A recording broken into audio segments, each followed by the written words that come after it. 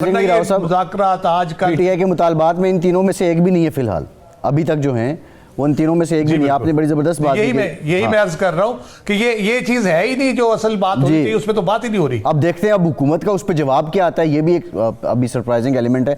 ثاقب صاحب، جمعرات کو یہ سٹیٹمنٹ آتی ہے بیرسٹر گوہر صاحب کی طرف سے کہ ہم مذاکرات کال آف کر رہے ہیں، ابھی تک جوڈیشل کمیشن نہیں بنایا. اس کے بعد پاکستان تحریک انصاف کے جو مرکزی ترجمان ہیں، مرکزی سیکرٹری اطلاعات ہیں شیخ وقاص اکرم، وہ ہمارے پروگرام میں تھے. انہوں نے بھی کہا جی دو ریزنز ہیں، ایک جوڈیشل کمیشن نہیں بنا، دوسرا حامد رضا کے مدرسے پہ چھاپا مارا ہے، اس لیے ہم مذاکرات کو کال آف کر رہے ہیں. حکومت کا رویہ ٹھیک نہیں ہے. آج پھر یہ اندیا دیا گیا، یہ اشارہ دیا گیا جی مذاکراتی کمیٹی کی آپ ملاقات کروا دیں. ایک تو جو فیصلے میں پاکستان تحریک انصاف کے اینڈ پہ کیا کوئی کنسسٹنٹ اپروچ نہیں ہے، یا جیل میں ہونے کی وجہ سے لیک آف کمیونیکیشن ہے، اور مذاکرات پر بھی ایک ٹھوس پیغام کیوں سامنے نہیں آ رہا؟ ایک تو کل بھی ہم نے بات کی تھی کہ اس سے بظاہر جو ہے وہ راستہ کہیں نہ کہیں راستہ نکل سکتا ہے 28 سے پہلے بھی، کیونکہ جو بات جس کی بنیاد پر انہوں نے یہ کہا کہ ہم مذاکرات ختم کر رہے ہیں وہ یہ تھی کہ کمیشن کا اعلان کر دے حکومت تو اس کے بعد ہم جو ہے وہ بیٹھ جائیں گے اس کے ٹی او آر پہ یا جس طرح بھی چیزیں آگے جو بڑھنی ہیں. آج بھی بیرسٹر گوہر نے جو ہے وہ یہ بات کی. اس تناظر میں اگر دیکھا جائے تو حکومت ہمیشہ اس کا ہاتھ اوپر ہوتا ہے، وہ اس طرح کے اختیار اس کے پاس ہے، وہ بہت کچھ دے بھی سکتے ہیں، اور گورنمنٹ جو ہے وہ ہمیشہ چاہ رہی ہوتی ہے کہ چیزیں اسٹیبل ہو جائیں، استحکام آ جائے، کوئی ایسی ہلچل نہ ہو. تو اس کے مفاد میں بھی ہوتا ہے سچویشن کو کنٹرول میں کرنا، تو وہ اپوزیشن کو اس نے انگیج کرنا ہوتا ہے. صرف میرے خیال میں یہ بنیاد کے 190 ملین پاؤنڈ کیس کا فیصلہ، تو اس فیصلے کے بعد بھی ایک مذاکراتی دور ہوا ہے، اور اس مذاکراتی دور میں حکومت نے 7 دن کا وقت دیا، اور خود عرفان صدیقی صاحب نے کہا کہ 7 دن میں ہم جواب دے دیں گے. حکومت نے وہ جواب نہیں دیا. یہ بھی مطلب ریکارڈ کی بات ہے. آج تقریباً 8واں یا 9واں دن جو ہے وہ چل رہا ہے، حکومت نے وہ جواب نہیں دیا کہ آپ کمیشن بنائیں گے یا نہیں بنائیں گے. تو انہوں نے کہا کہ 7 دن کا ٹائم تھا، تو 7 دن کے بعد ہم کال آف کر رہے ہیں. اب آپ کے پہ ہے کہ آپ جب کمیشن بنا دیں گے اس کے بعد جو ہے وہ ہم جو ہے وہ بیٹھ جائیں گے. اس میں ایک میرا خیال میں جو مذاکرات کے حوالے سے کامیابی یا ناکامی، اس کے بیلنس کو اگر دیکھا جائے تو ایک چیز میرا خیال میں اس میں پی ٹی آئی کا پڑھنا اس لحاظ سے مجھے بھاری نظر آتا ہے کہ وہ 8 فروری مینڈیٹ کا ایک بہت بڑا ان کا مطالبہ تھا، وہ اس سے پیچھے ہٹے ہیں. 26ویں ترمیم کے خلاف جو ان کا مطالبہ تھا وہ اس سے پیچھے ہٹے ہیں. اس کے بعد جو 2 مطالبے ہیں، جو بات یہ ہے کہ کیا یاسمین راشد کو حکومت نکال سکتی ہے. میں آپ کو ایز اے کورٹ رپورٹر بتا رہا ہوں، حکومت بالکل نکال سکتی ہے، اور ان کو لیگل طریقے سے نکالا جا سکتا ہے. حکومتی جو پراسیکیوٹرز ہیں، جو پنجاب کے پراسیکیوٹرز ہیں، وہ جا کر کورٹ میں بیان دیں ان کی ضمانت کی جو درخواستیں لگی ہوئی ہیں کہ ہمیں کوئی اعتراض نہیں، تو عدالت ضمانت دے گی، وہ باہر آ جائیں گی، یہ کوئی مسئلہ ہی نہیں ہے. اور اس کے علاوہ جو 26 نومبر کے جو گرفتار ہوئے تھے ان پہ بھی ہو سکتا ہے. اور مطلب ایک پارٹی 2 مینڈیٹ، 2 جو مطالبوں سے پیچھے ہٹی ہے، 2 رکھے ہیں، 2 میں سے ایک مطالبہ میجر ہے. 9 مئی اور 26 نومبر پہ حکومت کا ایک سٹینڈ ہے. میرا یہ خیال ہے کہ اس پہ اگر کمیشن بن جائے تو کیا ہو جائے گا. اس کو دیکھ لے کمیشن، تحقیقات کر لے. انہوں نے کہا ہے کہ سپریم کورٹ کے یا اسلام آباد ہائی کورٹ کے ٹاپ کے جو 3 ججز ہیں ان پہ آپ جو ہے وہ کمیشن بنا کے اس پہ سوال میرا یہ تھا، آپ نے خود بھی ذکر کر دیا کہ 7 دن کا ٹائم تھا، آپ نے مذاکرات ختم کر دیے. آج آپ کہہ رہے ہیں جی مذاکراتی کمیٹی سے ہماری میٹنگ کروائیں، یعنی آپ انٹیے کروا رہے ہیں ہم دوبارہ شروع کر دیں گے. ایک تو یہ جو تسلسل نہیں ہے فیصلوں میں، اس کی ایک ریزن کیا ہے؟ دوسرا جو آپ کمیشن کی بات کر رہے ہیں، پاکستان تحریک انصاف جو مطالبہ کر رہی ہے کمیشن بنانے کا، پھر آپ کمیشن کے اندر بھی یہ فردر جو مطالبہ ہے کہ میرے مرضی کے ججز ہوں، سینئر موسٹ ججز ہوں. آپ کورٹ رپورٹر ہیں، آپ کو بہت اچھے سے پتہ ہے کہ انفارچونیٹلی ججز بریکٹ ہیں، ایک مائنڈ سیٹ پہلے سے موجود ہے. تو کیا حکومت یہ بھی مان لے گی کہ ان کی مرضی کے ججز ہوں اور انہی کا کمیشن ہو؟ نہیں، وہ جب کہہ رہے ہیں کہ میرا خیال میں سپریم کورٹ کے یا ہائی کورٹس کے ٹاپ کے جو 3 ججز ہیں، سینئر ججز ہیں، ان کی بات ہو رہی ہے، تو اس تناظر میں اس کو رکھنا یہ تو نہیں ہو سکتا کہ ایک ریٹائرڈ جج کو آپ بنا کر بٹھا دیں اور کمیشن بٹھا دیں. ریٹائرڈ جج کے وہ سٹیکس نہیں ہوتے جو حاضر جج کی سچویشن ہوتی ہے.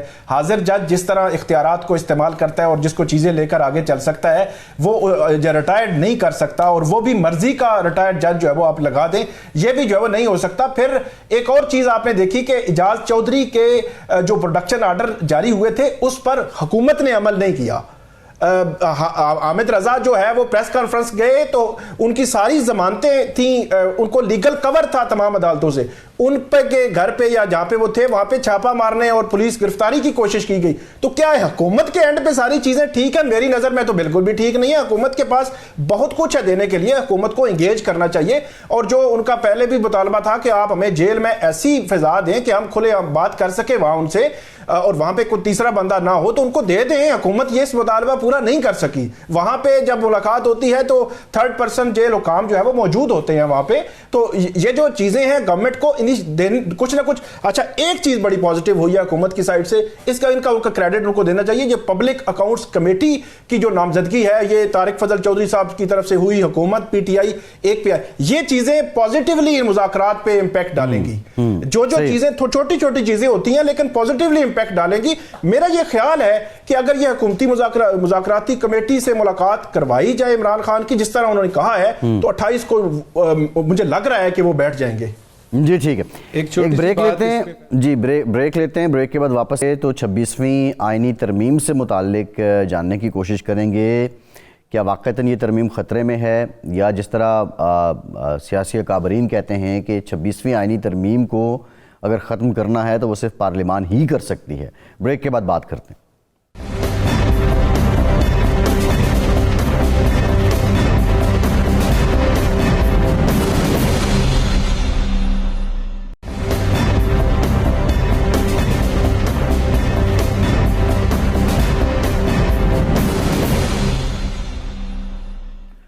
ایک تو تقریباً 1.5 درجن جو ہے وہ درخواستیں ہیں, اور اس میں جو سوسائٹی کے مختلف سیگمنٹس ہیں, وکلا بھی ہیں, سول سوسائٹی سے بھی ہیں, اسی طرح کوئی پولیٹیشینز بھی ہیں جنہوں نے یہ درخواستیں جو ہے وہ دائر کی ہیں.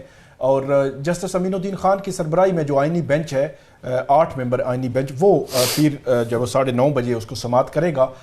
یہ بنیادی طور پر جو 26ویں ترمیم ہے اس میں جو پوائنٹ یا نقطہ دیکھا جانا ہے وہ یہ ہے کہ کیا آئین کا بنیادی ڈھانچہ جو ہے اس کو تو نہیں چھیڑ چھاڑ کی گئی. تو میری اپنی ذاتی رائے میں تو بالکل بھی چھیڑ چھاڑ کی گئی ہے. وہ اس طرح کہ آپ ایک جو عدلیہ ہے وہ اسٹیٹ کا, ریاست کا ایک پلر ہے, مقننہ ہے, ایگزیکٹو ہے, ان کا الگ الگ کردار ہے. تو اگر آپ اس کو ایک ماتحت ادارہ بنانے کی کوشش کریں گے تو اس کا مطلب یہ ہے کہ آپ آئین کے بنیادی ڈھانچے کو چھیڑ رہے ہیں. تو اس کو سپریم کورٹ کو دیکھنا چاہیے. اب یہ کہنا کہ پوری 26ویں آئینی ترمیم ختم ہو جائے گی, کالعدم ہو جائے گی, یہ نہیں ہوگا.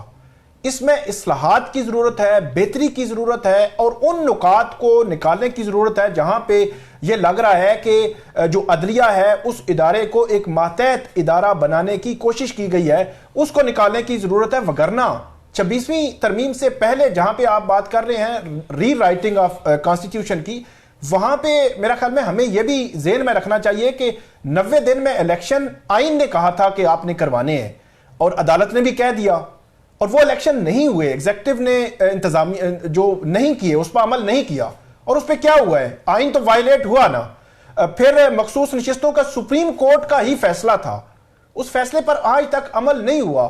تو کیا یہ جو وائلیشنز ہو رہی ہیں تو ان وائلیشنز کا کیا ہے؟ آرٹیکل 190 کہتا ہے کہ جو سپریم کورٹ کے فیصلے ہیں ان پہ عمل کرے گی جو انتظامی ہر قسم کے جو انتظامی عہدوں پہ بیٹھے ہوئے لوگ ہیں. تو وہ عمل تو نہیں ہوا.